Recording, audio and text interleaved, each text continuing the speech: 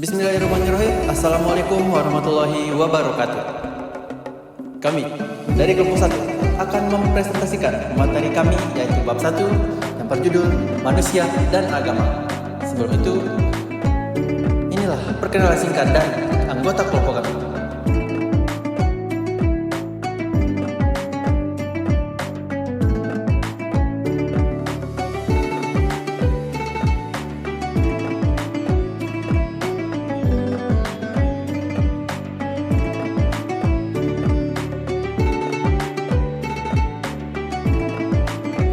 Adapun topik pembahasan dari materi ini, yang pertama, manusia dan alam semesta.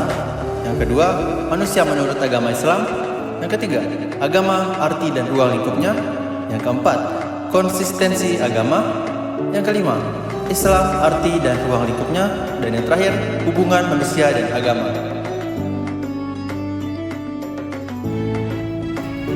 Apa sih pengertian manusia menurut Al-Quran? Menurut Al-Quran, manusia adalah makhluk religi sebagaimana yang disebutkan dalam surah Ar-Rum ayat 30 yang berbunyi, "Maka hadapkanlah wajahmu dengan lurus kepada agama Allah. Tetaplah atas fitrah Allah yang telah menciptakan manusia menurut fitrah itu. Tidak ada perubahan pada fitrah Allah. Itulah agama yang lurus, tetapi kebanyakan manusia tidak mengetahuinya."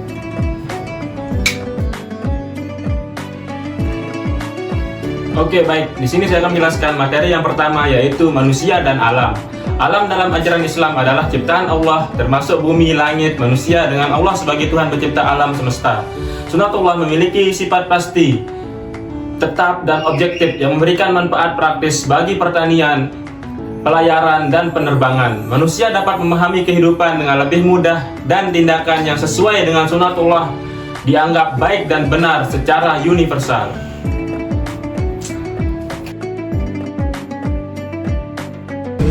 Selanjutnya, manusia menurut agama Islam. Manusia disebut dengan istilah insan, basyar, bani Adam, dan zuriyati Adam dalam Al-Quran. Al-Quran menyebut kata insan sebanyak 65 kali, sedangkan nas sebanyak 240 kali. Pada dasarnya, manusia adalah makhluk sosial yang membutuhkan bantuan dan keberadaan manusia lainnya.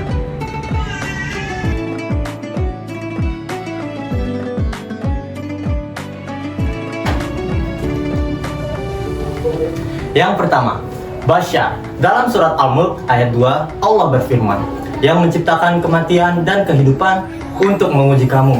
Siapakah di antara kamu yang lebih baik amalnya?" Kata basyar digunakan di sini untuk merujuk kepada manusia.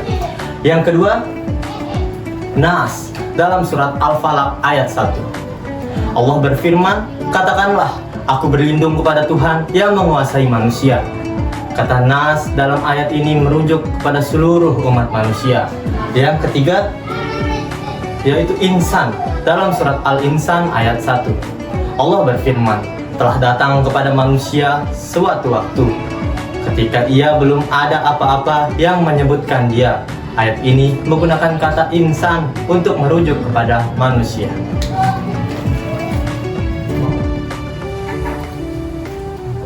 Ada beberapa keunikan manusia yang tertuang dalam Al-Quran.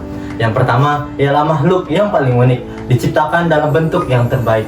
Sebagaimana firman Allah dalam Quran surat At-Tin ayat 4, yang memiliki contoh, yaitu memiliki warna kulit, kornea mata, sidik jari yang berbeda-beda. Selanjutnya yang kedua, ialah memiliki kelemahan dalam sifatnya. Sebagaimana firman Allah dalam Quran surat Al-Anfal ayat 53. Contohnya seperti memiliki sifat zalim dan bodoh, lebih mencintai kehidupan dunia, tergesa-gesa, ingkar, dan tidak pernah merasa puas. Dan yang ketiga ialah memiliki potensi untuk beriman kepada Allah. Firman surat Al-A'raf ayat 172 dengan contoh, ketika kita berada sedang diterpa musibah, kita harus senantiasa berpasrah dan sabar serta menyerahkan diri pada Allah Subhanahu wa Ta'ala.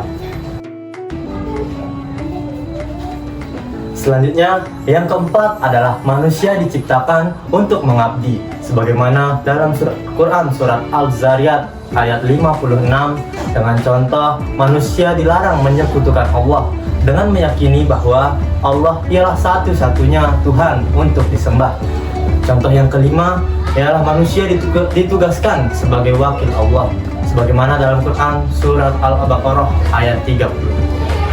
Dengan contoh yaitu Allah Maha Penyayang, maka manusia harus berusaha untuk menjadi makhluk yang menyayangi sesamanya. Dan contoh yang terakhir atau yang keenam ialah manusia dikaruniai kehendak, free will and free act, sebagaimana dalam Quran surat Al-Insan ayat 3. Contohnya, manusia memiliki kebebasan untuk memilih dan memutuskan apa yang menjadi keyakinannya.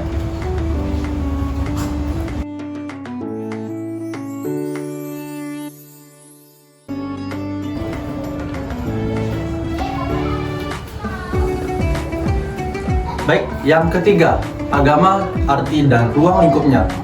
Agama dalam bahasa Indonesia adalah seperangkat aturan dan tata cara yang mengatur hubungan antara manusia dan Tuhan, dan manusia dengan manusia. Al-Quran juga menyebutkan bahwa agama mencakup hubungan antara manusia dengan alam. Agama dapat didefinisikan sebagai aturan hidup yang membantu manusia hidup teratur dan mengarah mereka kepada Tuhan. Meskipun ada keragaman dalam istilah yang terkait dengan agama, inti dari keberagaman adalah ikatan yang mengikat manusia dan harus dipegang dan dipatuhi. Agama adalah kepentingan utama setiap orang dan saling menghormati antar pemeluk agama sangat penting.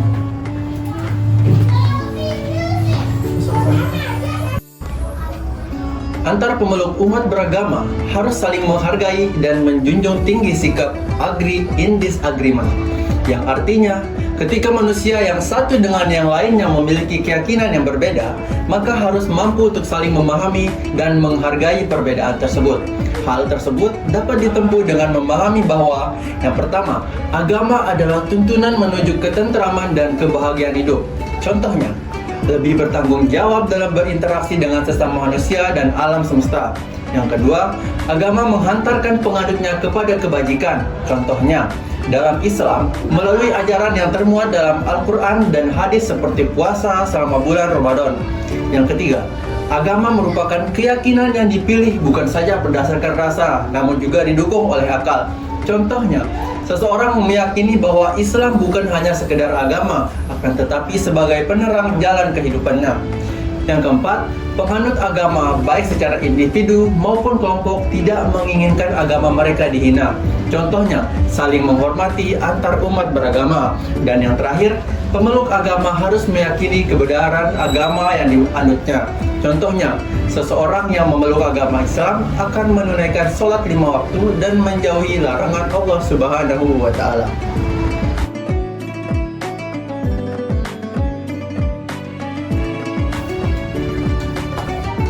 Yang keempat adalah konsistensi agama.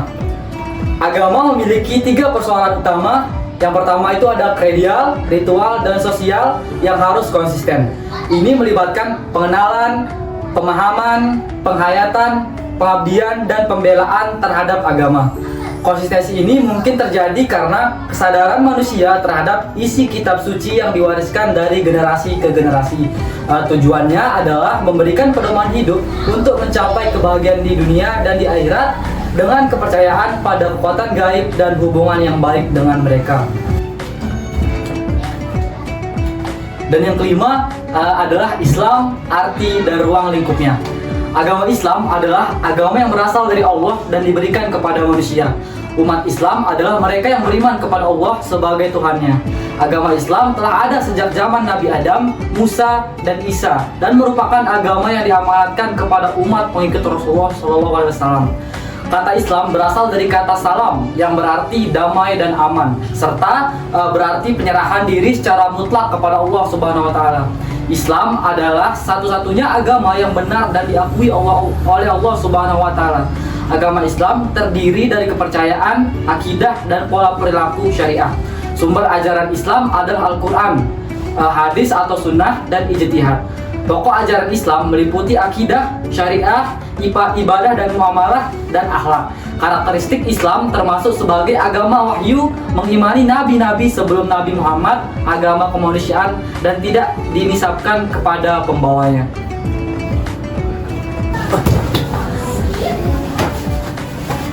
Oke. Di sini saya akan menjelaskan yang keenam, yaitu hubungan manusia dan agama. Manusia, agama, dan Islam saling terhubung. Ketiga, yang memiliki pengaruh besar dan membentuk generasi beriman dan menjaga nilai-nilai spiritual maksudnya. Agama memberikan ketenangan dan menjaga manusia dari kesalahan serta perilaku negatif. Ketika manusia berbuat kesalahan, keberagamannya akan membimbingnya kembali pada jalan yang benar. Agama juga melindungi generasi muda muslim dari penyimpangan ajaran dan perilaku. Selain itu, agama penting dalam pembinaan akidah, akhlak, dan hubungan sosial yang pengaruh dalam persaudaraan dalam masyarakat. Islam dengan peraturannya menjamin pencapaian tujuan yang mulia bagi yang mengikuti hukum-hukumannya.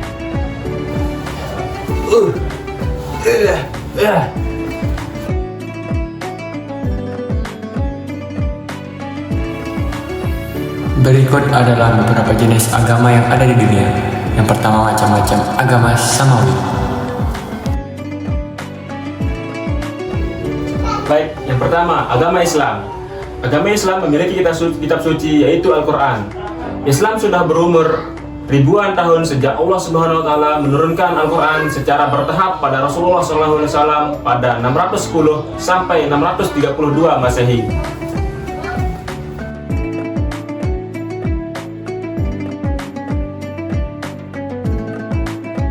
Agama yang kedua yaitu agama Kristen, di mana pada agama ini memiliki kitab suci yang bernama Kitab Injil. Kristen sudah berusia ribuan tahun sejak kali pertama diturunkan pada manusia. Ajaran Kristen hingga saat ini masih dianut oleh banyak orang.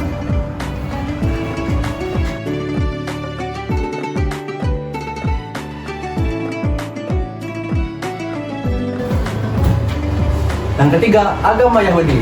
Agama Yahudi memiliki kitab suci Taurat. Sejak diturunkan pada Nabi Musa alaihissalam, agama Yahudi atau Yudaisme telah berusia ribuan tahun.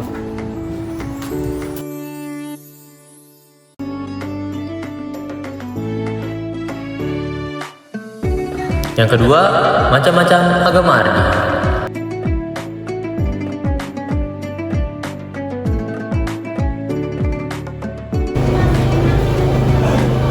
Yang pertama adalah agama Hindu.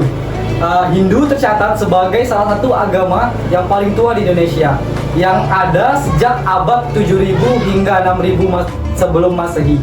Dan agama Hindu juga memiliki kitab suci yang disebut dengan kitab suci Weda.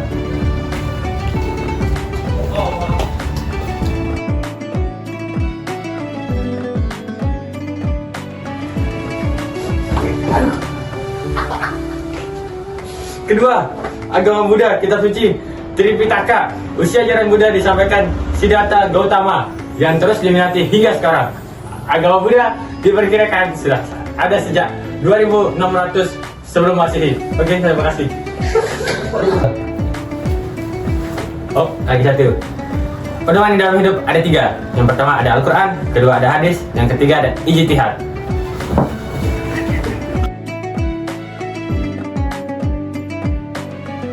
Cukup sekian Penyampaian Materi dari kelompok kami.